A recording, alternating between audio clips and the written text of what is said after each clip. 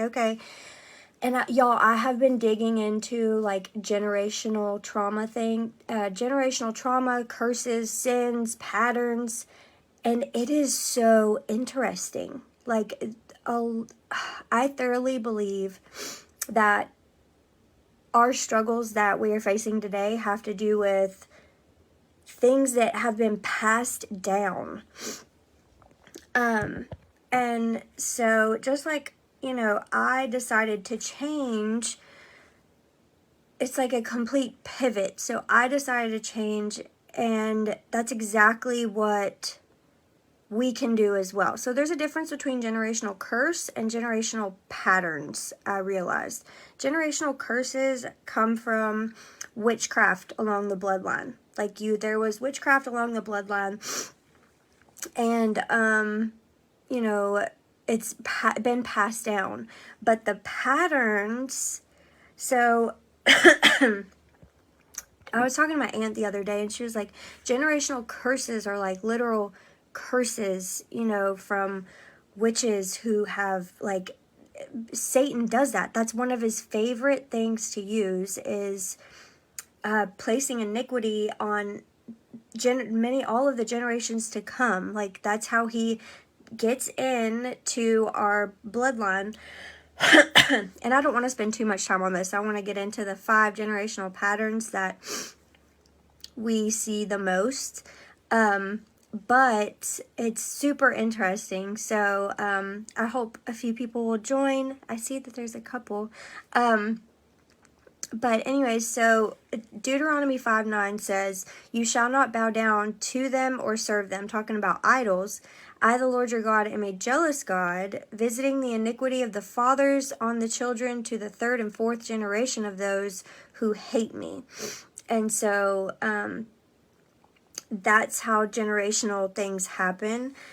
And then I also wanted to say that the generational curses can be broken, but the only way they can be broken is through blood.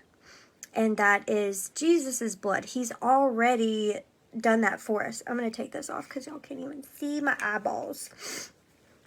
So, because we do not wrestle against flesh and blood enemies, but against the rulers, authorities, and powers of over this present darkness, against spiritual forces of evil in the heavenly places. That's who we're fighting against with the curses. So we lay hands and we pray and we plead the blood. We bind and we cast the curses out. Then we have to repent. So repenting is turning from those generational things. There's a difference in the curses and the patterns. The curses can be broken off by the blood of Jesus. The patterns are going to be broken off by us doing like a complete pivot and changing the way that we think, the way that we view the world, the way that we parent, the way that we think. Did I already say that? Behave, respond, do relationships, all of that. Because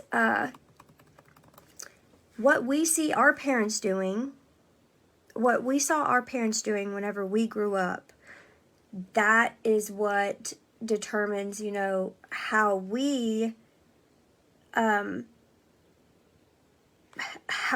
act. A child's mind is so, so fragile, and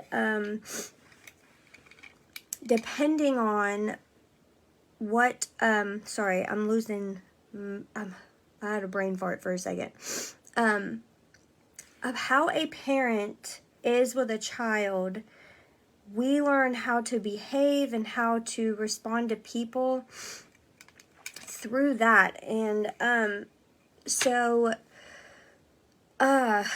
one of the, shoot, I had something I want to talk to you about that too. So, oh man, I don't know, it'll come back to me. Anyway, so what is generational trauma? Generational trauma refers to the idea that unresolved trauma and distress from past generations can impact the mental and emotional well-being of present-day individuals and even our descendants. So it's like emotional and psychological pain of the past being passed down through the family tree, affecting how we think, feel, and behave. And listen, I found something really, really interesting, and it's called epigenetics. It's all scientific based. God created our brains so fascinating, y'all. Oh my gosh, there's no way that a big bang happened and the world just appeared and created our brains the way that it did, man. I'm telling y'all, God created our brains so complex and beautifully, and our brain, that's what I want to say. Our brain is designed to keep us safe. God created our brains to keep us safe, and the problem, there's only one problem with that, and that is that whenever we're growing up and we have these parents who are always screaming, always fighting, alcoholics maybe, an abusive mother, an abusive father, maybe not even physically abusive, but mentally, emotionally abusive, or religiously abusive, to where it even ruined your faith at one point. Our brain has learned to stay safe from that. So we put up a wall, and we had this certain coping mechanism that we used whenever we were younger, and we're still using it today. But now that we're out of that family and we're in our own, and we're trying to build new relationships, and we're trying to parent, it's all showing up, our coping mechanism from childhood.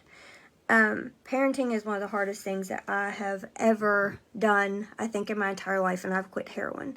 I really believe it's like such a selfless and like learning patience and learning I don't even know. Let's not get into that. Okay, anyway, epigenetics, that's where I was going. Hang on, let me get some coffee. Ew. Okay, so epigenetics in simple terms is, it's like the software that runs in our that runs through our genetic hardware. It's the study of changes in gene activity that do not involve alterations to the underlying DNA sequence. Epigenetic changes can be influenced by factors like stress, environment, and lifestyle, and they can be passed on to future generations. Think of it as a way our genes respond to the world around us, leaving a mark on our health and behavior. But so, in like actual simple terms, if one of our ancestors or one of our great-great-great-grandparents went through severe trauma, it altered their DNA, imprinted their DNA, and it has stayed in the bloodline, and it's even with us. It doesn't matter if you never went through anything difficult before. If you never, you had a really good childhood. Epigenetics and the imprint of your great-great-great-grandpa or great-great-great-grandma who you went through, or what they went through, their trauma was imprinted on their DNA and has been passed down to this generation, to your generation. So, and it shows up in many different ways. So, I'm going to start talking about the 5 most common generational trauma patterns. So like I said before, a curse can be broken off by blood. A generational curse is because there was witchcraft in the beginning of the bloodline and it trickled down, but a curse can be broken off through the blood, and that is the blood of Jesus. A generational pattern is going to be broken off by doing an about face and changing the way that you are, but the beginning of that is going to be recognizing what is my generational pattern, and how can I begin to start seeing that. So I want to make you aware of what is your generational pattern? What is that? So I'm going to talk about the 5 most common patterns, and to make it a little bit more understandable, I created kind of like an avatar. So somebody who, like what it would look like in this person's daily life. The first one is abandonment patterns, which is repeated cycles of feeling abandoned, whether physically, emotionally, often leading to fear of intimacy and difficulty forming healthy relationships. This is somebody who has a generation of families who can't get get married or stay married. So, and it's probably not really due to they can't. It's because they fear getting too close, and that could have been an imprint on the our great grandparents who was really hurt at some point by relationships, so they learned to put up a wall.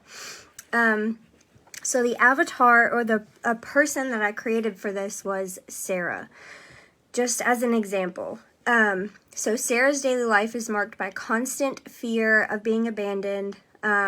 She struggles to form deep connections. She's always on edge, expecting people to leave her. This anxiety permeates her daily interactions, and it makes it challenging for her to trust or relax around other people.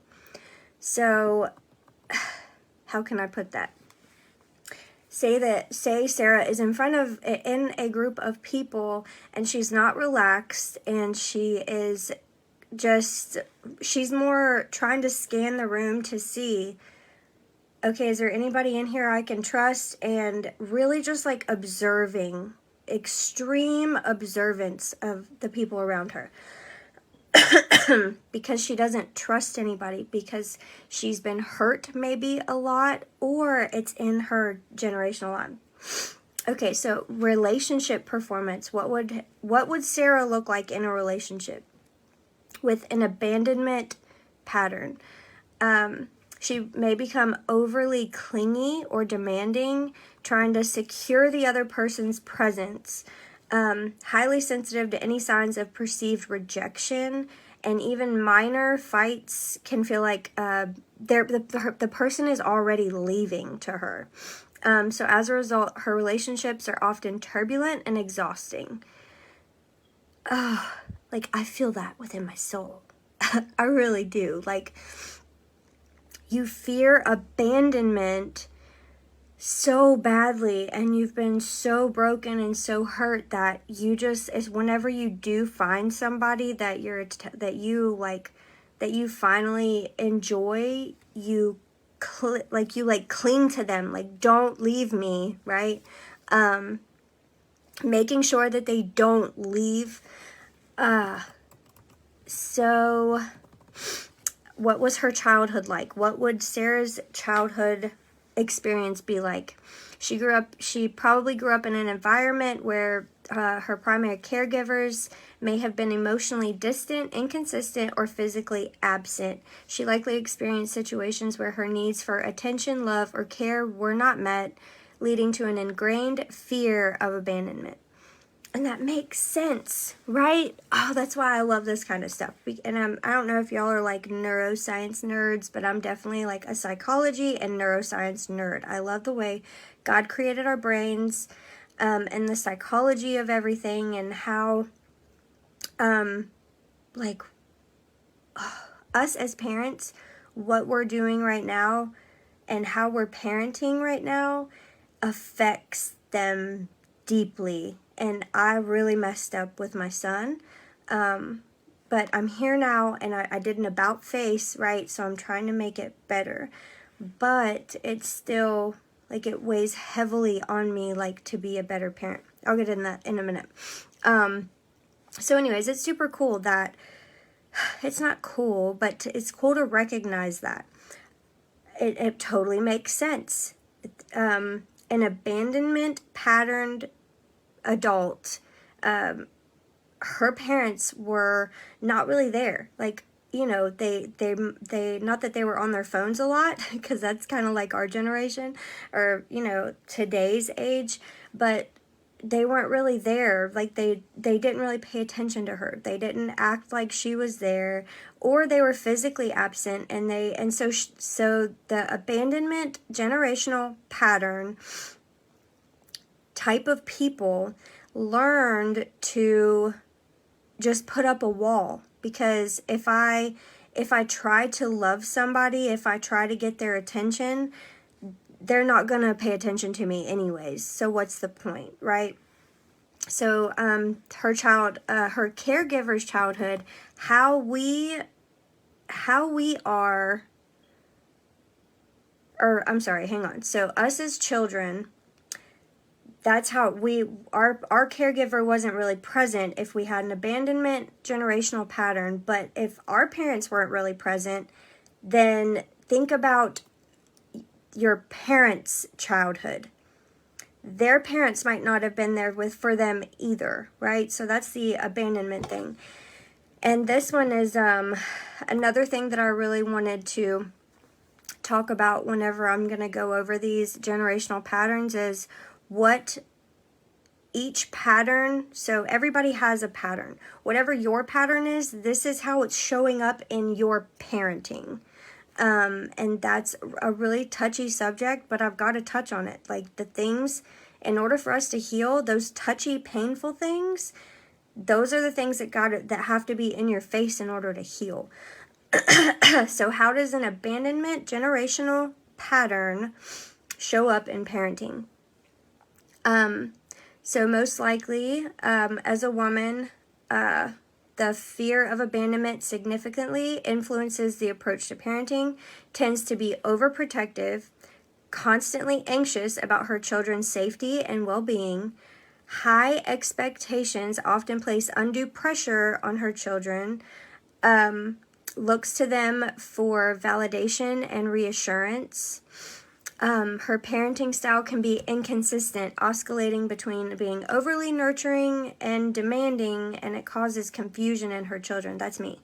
I am that. And I'm like just laying it out there. Like, that is how I am. I'm going to be brutally honest with you. We've got to be honest with ourselves. And parenting is something that a woman, like as a woman, the worst thing anybody could ever say to me, and I can't believe I'm like expressing this to the world, like my weakness, but whatever.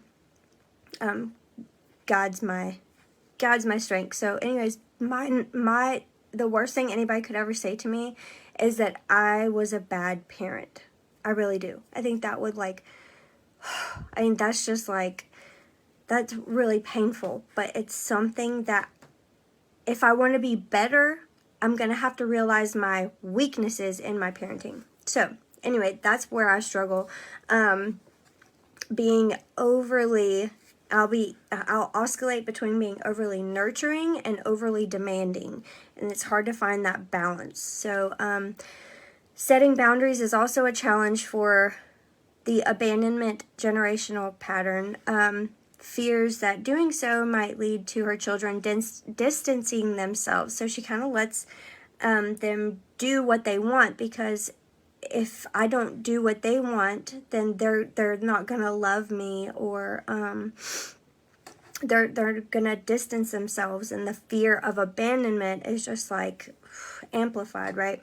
I've got to hurry. I've got to talk faster or stop going off on tangents. So her heightened anxiety and avoidance of conflict in parenting further reflect her deep-seated fear of abandonment.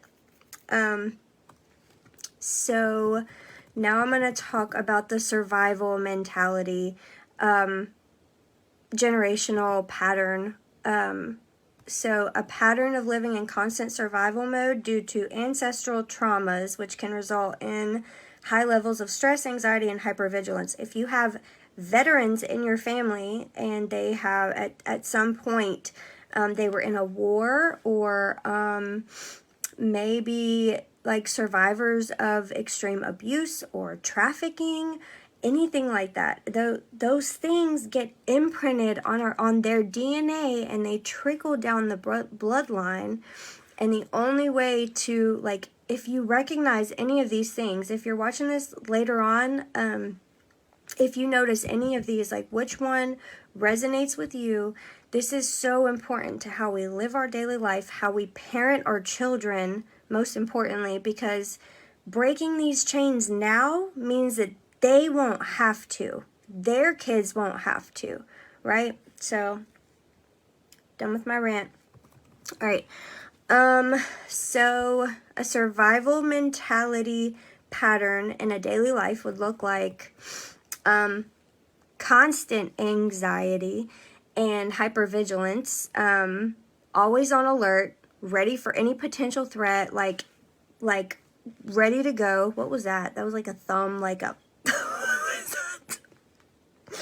God help me. Okay, anyway. So, always on alert, like ready to fight. This chronic stress affects our overall well-being, which will affect our physical health, leading to difficulties in actually relaxing and just enjoying ourselves. But, okay, so let me also say this. The epigenetics, like the imprint on the DNA, this could have started with you. Like, what if it started with you? It has to end with you. What if you went through something that was so traumatic, your family doesn't have anything in their genes? Like, nobody went through anything like that.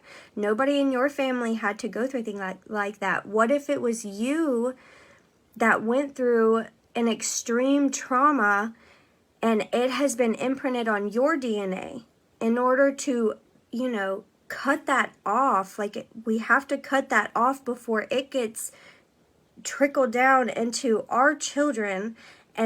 Or if you already have children, we have to teach them how to fight off these patterns and to do an about face, or it's going to continue to go down. And see, the thing with these is that it manifests in people differently. Like, just because we might struggle with anxiety or depression doesn't mean that our children won't struggle with drug addiction or going into abusive relationships and things like that. So cutting it off now and learning to change the pattern is so important. Like I said, I need to quit going off on tangents. All right. Anyway. So, in relationships, we struggle, or the survival mentality pattern struggles with intimacy because of the constant vigilance. So, finding it challenging to trust our partners fully, and having difficulty relaxing and being present in the relationship. Maybe even during sex, you can't really relax. Maybe this might be a little bit difficult, but I have endured a lot of sexual trauma, so I understand. But maybe you have been through a really difficult sexual trauma, and that's where a survival mentality has come from along your path, And so during sex now, you can't even relax because it has been, ingrained in your mind. You're constantly vigilant, like making sure that nothing bad happens, tensed up, not able to fully relax. Or just not being able to relax and be present, or just maybe not being able to be present in the relationships because you're constantly making sure that it's going to be okay and the relationship is going to survive. That'll lead to a emotional distance between you guys. Childhood experience. So most likely, if this happened, if you got this from your childhood, and it didn't happen along, your life, but if it is in your generation, and you're repeating this pattern of survival mentality, you most likely grew up in an environment where you were in constant stress, chaos, danger. Constantly need to be hyper aware for your own safety or for the safety of others. And this lifestyle shaped your survival mentality. And like I said in the beginning of this video, I love our brain. God created our brain so freaking awesome, man. He did. He created it to keep us, our brain's job is to keep us safe. And so, if you grew up in if your childhood was like that, where you were in constant stress, chaos, or danger, then you are, like, your brain was just trying to keep you safe, and you are still holding on to that coping mechanism. So anywhere you go, you are constantly looking for danger. Everywhere you go. And you're just like hyper aware. So, and most likely your parents were in a their childhood was like that too. Most likely they had their own experiences of trauma, danger, or instability, and so they have passed it on to you.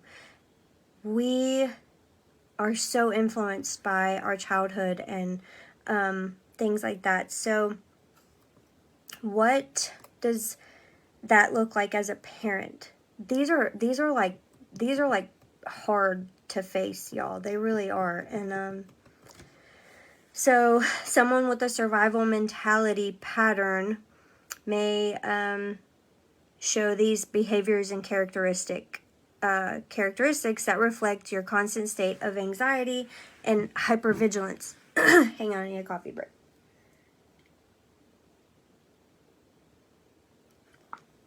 All right.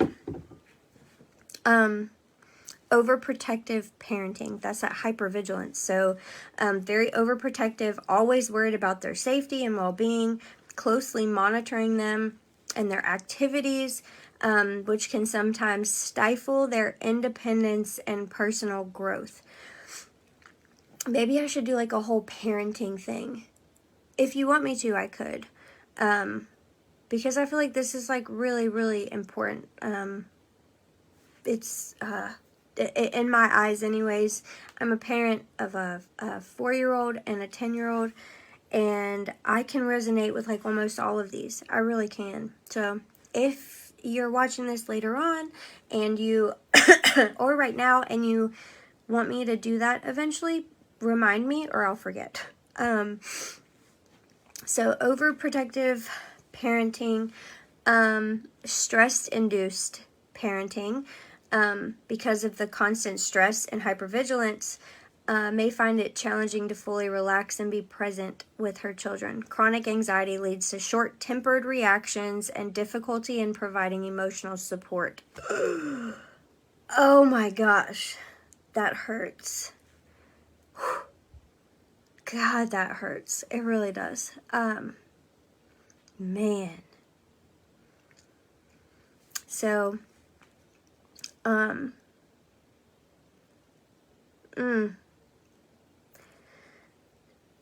don't even know what to say about that. So where we're constantly stressed and we're constantly on edge and looking for danger and worried and scared and anxious and all of that. And parenting, like I said, is the most difficult thing that I've ever done in my entire life. I'm a recovering addict, so coming out of addiction and trying to just learn how to survive myself and be like a functioning adult, and then like throw 2 kids into the mix and trying to take care of myself, and then these 2 kids, it's no different for you guys. I mean, it's really no different. You've been through trauma and you've been through all this, and then trying to care for 2 little children and trying to make sure you don't screw up their lives, it's really hard. So chronic anxiety leads to short-tempered reactions and difficulty in providing emotional support to our children who really, really need us. That breaks my heart. So being able to fully relax and be present with our children and not be so hyper-vigilant because of our generational pattern of survival, like that survival mentality. Okay, so another one is a pattern that we pass on to our children from this survival mentality pattern is teaching vigilance. So since we are constantly hyper aware and we're, say our kid falls and we're like, oh, are you okay? Are you okay? Like checking them, making sure that they're okay and they're not bleeding. Little things like that. We're unintentionally passing on like that survival mentality to our children and teaching them to constantly be on alert for potential dangers. This results in children who are overly anxious and fearful. It makes sense. Like, all of it just, like, you put the puzzle pieces together, it just makes sense. Sorry for my Band-Aid finger. It's hideous, I know. So another one is difficulty trusting others. Struggle to trust and fully engage in our relationships can also extend to the relationship with our children. We find it difficult to trust that others, including our children, we may try. How does that make sense? Where did I type that? So we find it difficult to trust our children. What are you doing? You know, like, my son, for example, he's on his phone, and I have full control over his phone, because he's 10, and it's mainly just so he can call me if he needs to, but, like, I'll be like, what are you doing? What are you doing? And I'm constantly worrying. I don't trust him. I don't. And he has not given me a reason to not trust him, but he's just a kid, and I want to make sure. So that's something that I'm passing on to him that I have to work on. Avoiding risk and adventure. So we might discourage our kids from taking risks or exploring the world because we're constantly worried about their safety. So, like, don't jump off the jungle gym, kids. Like, you know. So seeking therapy for the trauma coach, seeking somebody to help you with those, to help you develop better coping strategies than the one that you have, to become a more relaxed, present, and supportive person and parent, and making sure that we're creating a secure environment for our children's growth and well-being. I need a coach. I need a coach too.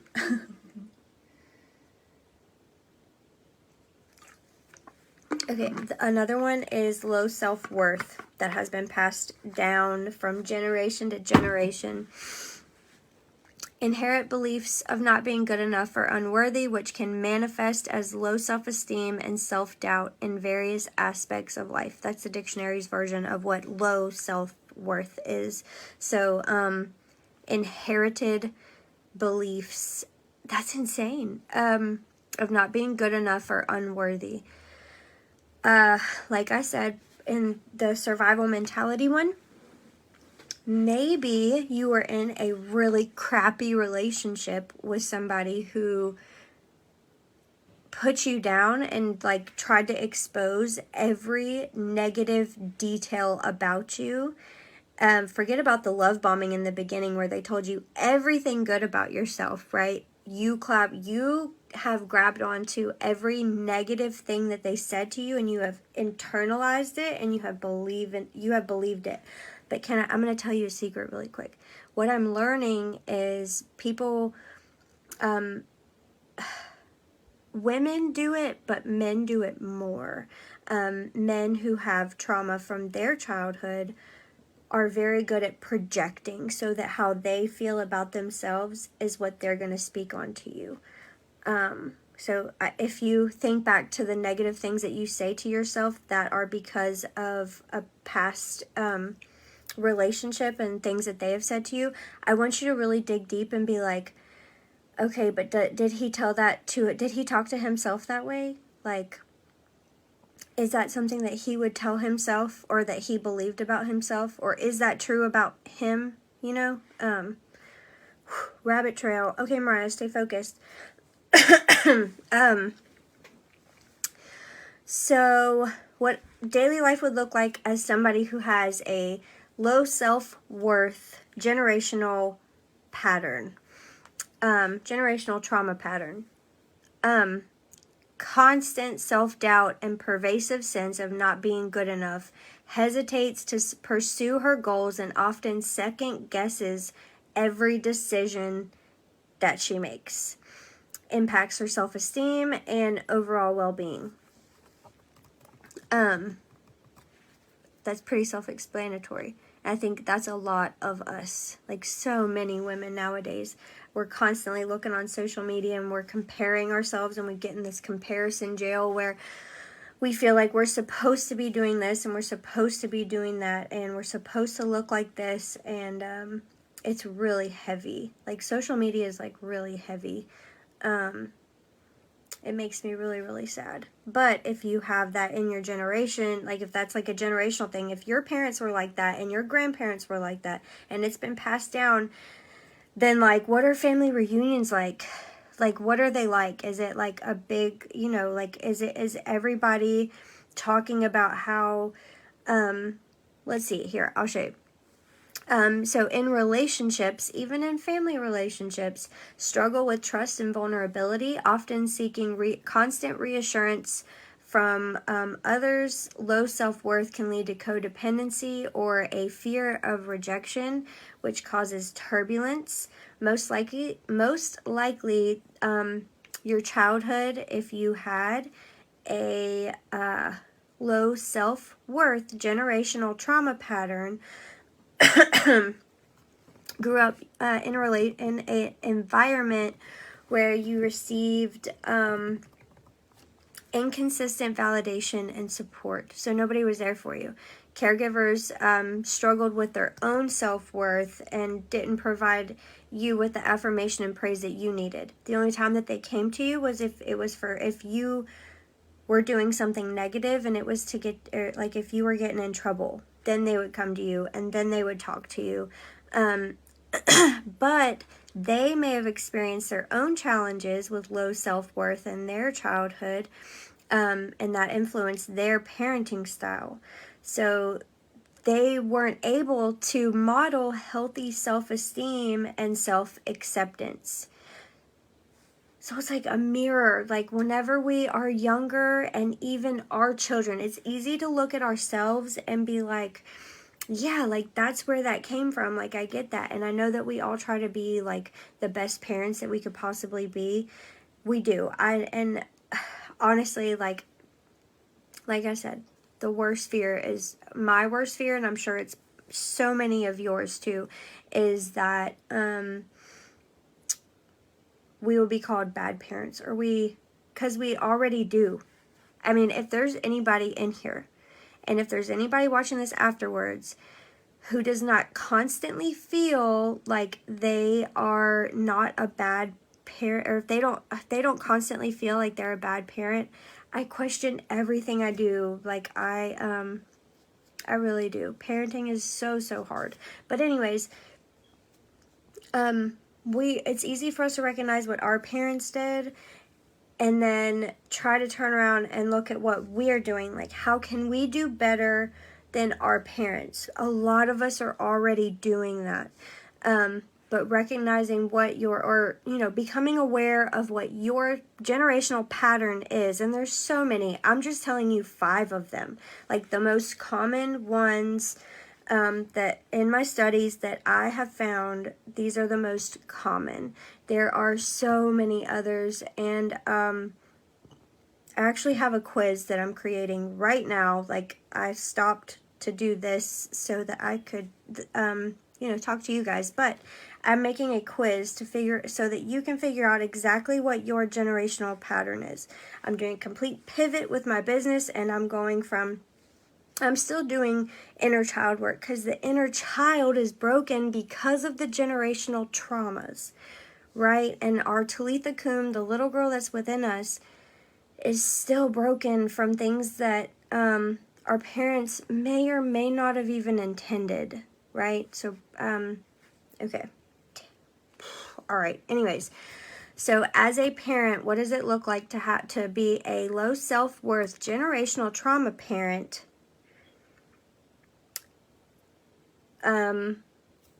Today. So what would that look like in your parenting style? My toe's stuck. Gosh, I'm glad y'all love me. And I just spilled my coffee. Okay.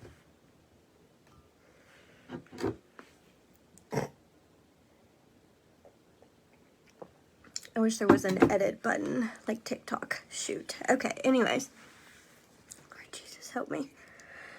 So as a parent, we not knowingly pass on low self-worth to our children. We may struggle to offer them the confidence and affirmation they need to develop a healthy sense of self-esteem.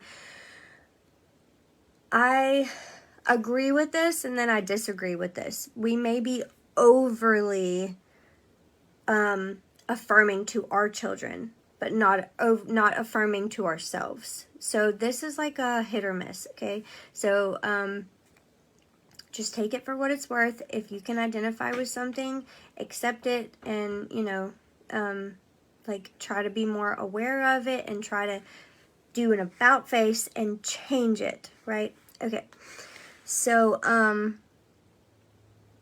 oh yeah, I just said that. So overcompensation for affection. So we may overcompensate for our self-worth by seeking excessive attention and approval from our children, or we will overcompensate for our low self-worth, that we will shower them with excessive affection and approval, like overly nurturing and accommodating, trying to win their love and their validation.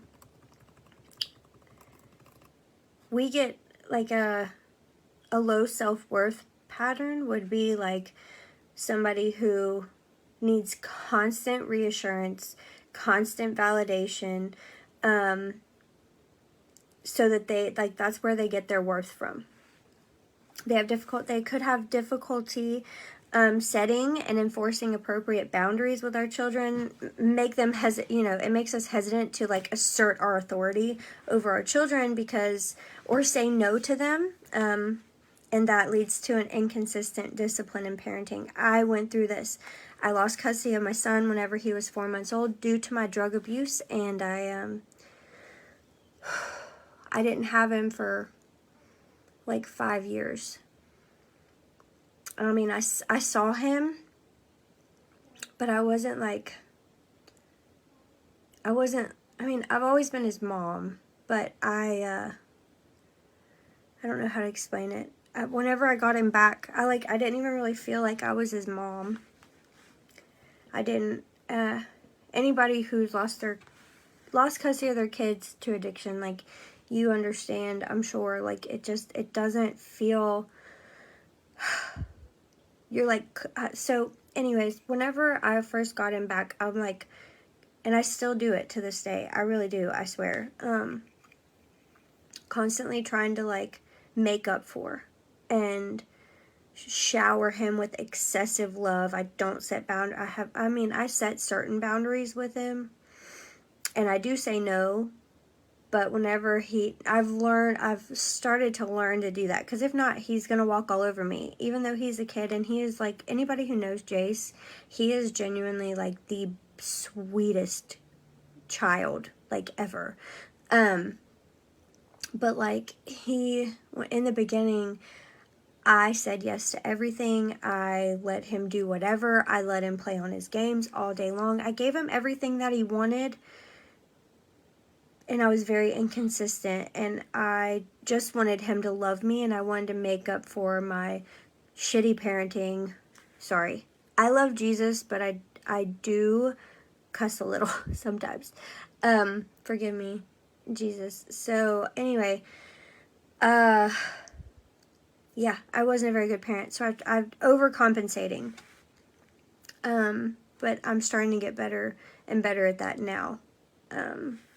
Anyways, so another thing is modeling self-criticism. So kids mimic their parents' behavior. That's what I'm trying to say. Like, they are a mirror. They mimic.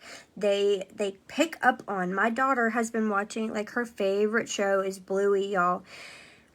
And it is insane to watch because she's 4. And this is a very critical time in her life. And, so everything that Bluey says, like, Bluey says, why not? And so Raylan is in that stage right now. And she's, like, asking all these questions. They mimic what they see. They're going to... Those mirror neurons, I don't know if y'all heard me talk about that, but we have mirror neurons in our brain that mimic things. So anyways, children mimic their parents' behavior.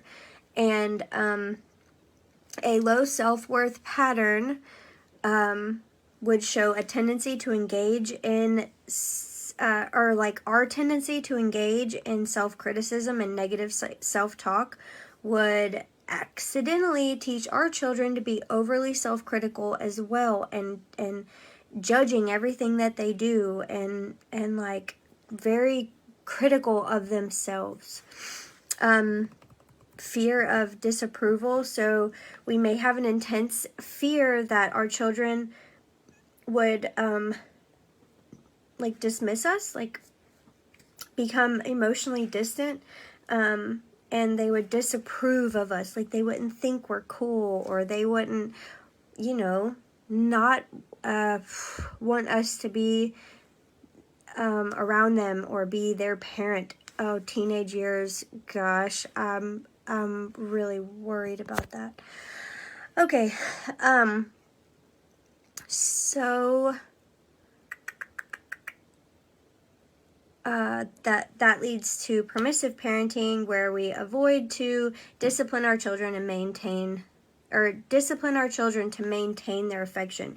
I don't know if you know this or not, but children love discipline. Like, not like physical discipline, that's not what I'm talking about. I'm talking about discipline, like, they love to know their boundaries. They love to know within the realm of what exactly it is that they need to do, what they can get away with, what they can't get away with, and they want to know that you are going to be strong enough to stand up, because if not, then they feel like they have to be the parent, and that becomes like a huge anxious cycle for them, where they become stressed, and then they may act out. It's like a whole thing. Like I said, if y'all want me to do a parenting thing, just let me know. And then the final one for how this shows up in a low self-worth patterns parenting is avoiding risk-taking. So we might discourage our children from taking risks or pursuing their goals because we fear that they might face failure or rejection, and that limits our kids' growth and development. And that's because of our low self-worth. So we're kind of like mirroring that onto them. Like, don't do that, because why? Because we're scared that they would get rejected, because that's our fear. Our fear is rejection as a low self-worth. We fear rejection, so we are people-pleasing, and we abide by the rules, and we do whatever everybody else wants, not what we want. We do what they want. Why? Most likely because your parents dismissed you, and so in order to get their love and their approval, you did everything that they said, and everything, you know, because you didn't, you know, you wanted their love, and you did everything that you could to be a people pleaser to get their attention. All right. So addressing that through, like coaching, therapy, counseling, to avoid passing on the parents, or avoid passing on the patterns to our children is important. By working on self-esteem, we can have a more balanced and nurturing environment. So positive self-talk too, and having self-compassion is really good. I'll get into the how to fix it if I have time. If not, I'll give you guys these notes at the end of it. So the fourth one, I need to hurry. The fourth one is repression of emotions. I'm just going to kind of read through and I'm not going to go off on a tangent anymore. Swear. Promise. Okay. Repression of emotions. A generational tendency to suppress and deny emotions, especially negative ones, leading to emotional stagnation and difficulty in expressing feelings. What would this look like in your daily life if you constantly repress your emotions because of your generational pattern? Tendency to constantly suppress and ignore. Avoid acknowledging our feelings and may have difficulty expressing and even processing them, which is like that inner turmoil and stress where it all builds up, and finally whenever something outrageous happens, like it's like a volcano. Okay. Relationship. How would this show up in a relationship? This is I believe if I could describe this kind of person, like overall in general, I would say that this is the person who walks around, they're very, very happy. They say everything's okay. Yeah, I'm doing great. But they have a lot going on because they just like push it down and they push it down and they push it down. And they until something crazy happens, but they're not going to show that side to anybody around them. They're going to let it explode around the people that they love, most likely their spouse, around their children, because we know that they love us and we know that they're not going to leave us. So we just we suppress it so much, but we act so happy around others. And it's not that we're not happy. I feel like I could identify with every single one of these. I really could, at least a little bit of each. Maybe you can too. For anybody who's watching, I don't even know if anybody's watching right now. It's Halloween. Are people trick-or-treating right now? Oh my gosh. My birthday's in 2 days. And I just realized that. Gosh, help me. Okay. In relationships, someone with that someone who's suppressing emotions, struggle with emotional intimacy and open communication, leads to misunderstandings and emotional distance. Just keeping everything to yourself. You'd rather keep it in than let it out. Most likely grew up in an environment where, suck it up. Expressing your emotions was discouraged and definitely not supported at all. Caregivers may have been uncomfortable with their own emotions and may not have provided a safe space for you to express yourself.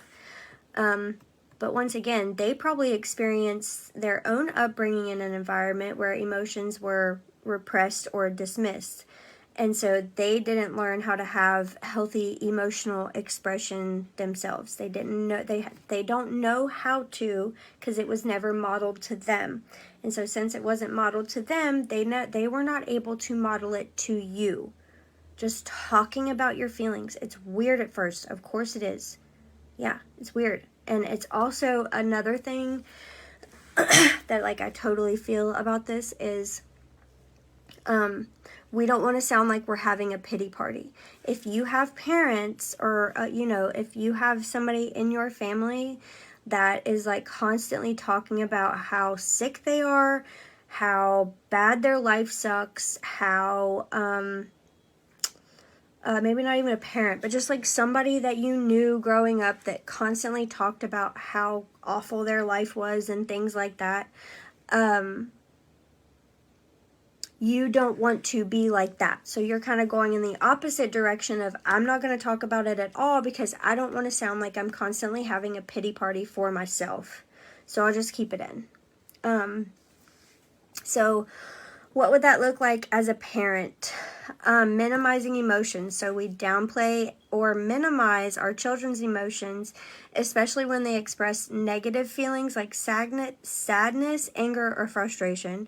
We might encourage them to just be tough and not openly express their vulnerability. That's good to an extent. If a toddler falls, you don't want to oh my God, are you okay? That's that other one. What was that up there that I just talked about? Anyway,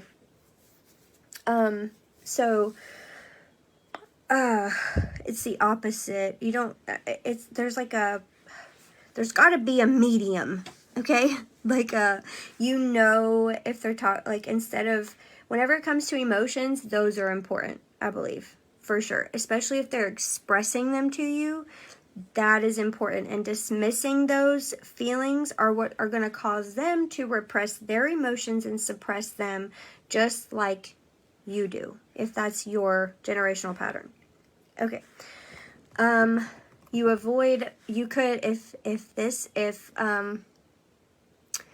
suppressing emotions is your generational trauma pattern, then you could, as a parent, avoid emotional conversations. So discussing emotions with your children you avoid discussing those emotions, or you might change the subject whenever they try to express themselves. That leads to a lack of emotional connection in that relationship. Lack of comfort with vulnerability. Might struggle with how vulnerable you are, or sharing your story or your behaviors or characteristics, things that you have learned in your past, your mistakes, being vulnerable with them.